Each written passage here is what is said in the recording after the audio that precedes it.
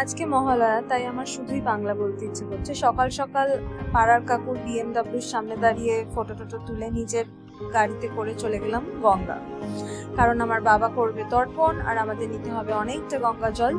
তাই একদম চলে গেলাম প্রিন্সেপ ঘাট। আমি জানি না লোকে বললে বিশ্বাস করবে কিনা, বাট আমি জীবনে প্রথমবার প্রিন্সেপ ঘাট গেছি, তাও আবার তর্পণ করতে, প্রেম করতে নয়। তো যাই হোক, তো অনেক লোক, প্রচুর প্রচুর ভিড়, তাও আমরা অলমোস্ট অনেকটা লেট হয়ে গেছিলাম। বাট কি সুন্দর জায়গাটা, তাই না? যাই হোক, মহালয়া আমাদের কাছে এমনিতেই খুবই ইম্পর্টেন্ট।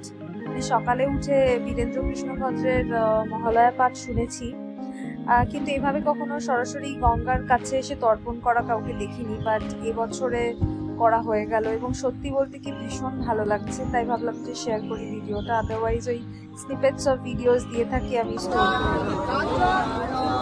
আসল ব্যাপারটা মানে গঙ্গায় গিয়ে জল দেওয়া, মানে তর্পণটা কখন আগে দেখা হয়নি আর কি।